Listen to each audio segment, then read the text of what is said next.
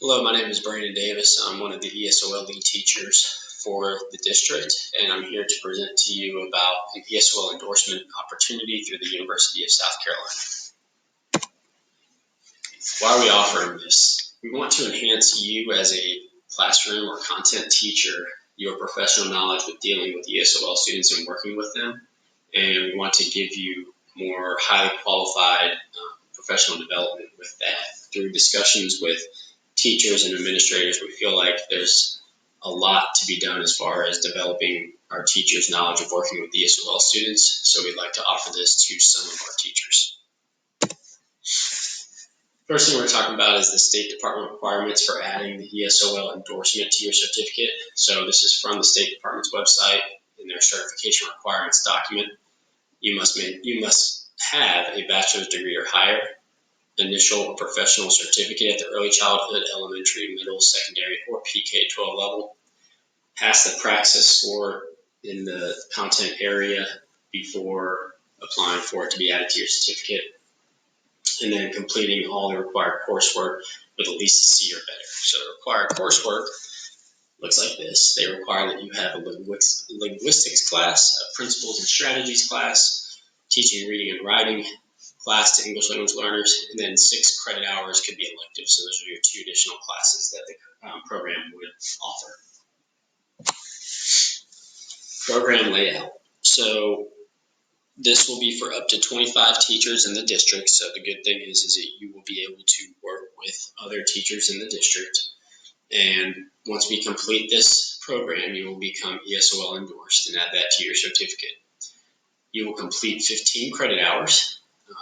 Based on what the university told me, you could potentially use those and apply those towards a master's degree, but that would be between you and the university if that's something you ended up wanting to start after this program. This is not going to lead you to get a master's degree necessarily. This is just an endorsement.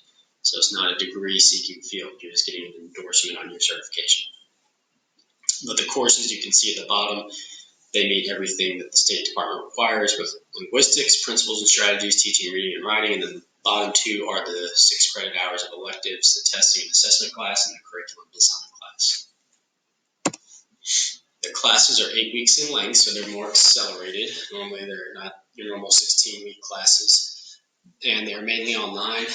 They did say there's a possibility we could hold them at R2I2 or at one of our schools. However, thinking on it, with everybody's out of school and personal lives and different schedules that exist with that, the best idea would be to offer these fully online. So that is what we will work with the university to offer. Now, pricing, as you can see, is free for you. We applied to the state with our Title III budget to use part of those funds to cover it, and it was accepted. So we will be paying as a district. We will pay for those 25 teachers tuition for that. We've worked out a deal with the University of South Carolina, and that will require no tuition cost to you. If you look in the bottom right, what you would have to cover would be the $50 application fee.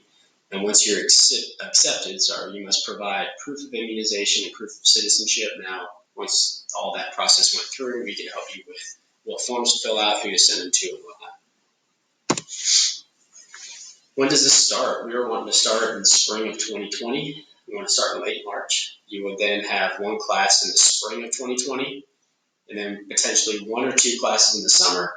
And then if we took 2 classes in the summer, we probably would not give any classes in the fall, or we might offer one in the fall too, it just depends. And then in fall of 2020, we would send the 2021 budget for approval from the state to complete the program, which they've approved this year. I don't see why they wouldn't approve the use of those funds for the following year. So then we could wrap up in the spring of 2021, giving those final 2 classes or 1 class, however many is left.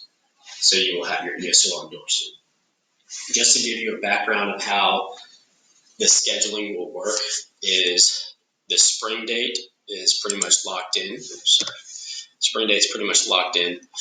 And then depending on the cost, we don't know the cost of each class from the university until we sign up for that class. So they've just given us a range. So if the class ends up being cheaper, What we might be able to do is do one in the spring, maybe 1 or 2 in the summer, and then even another 1 or maybe 2 in the fall.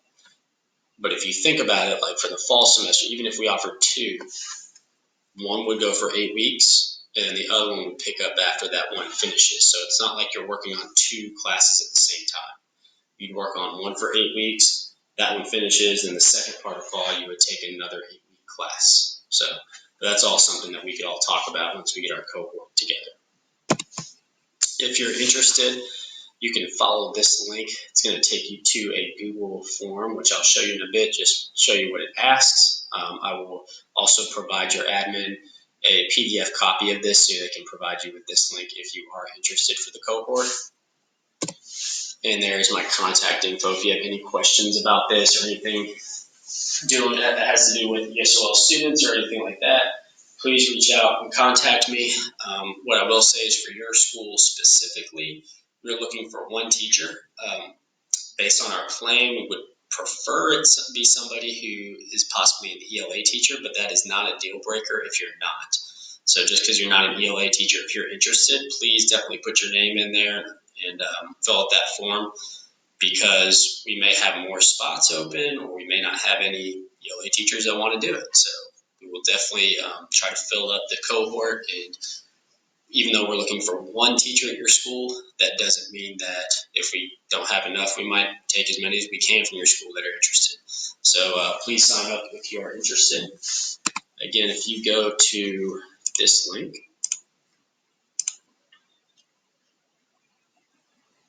it'll just bring up a Google form, first, last name, school name, the grade or grades you teach, the content you teach, give us a phone number that we can reach you at, your email address.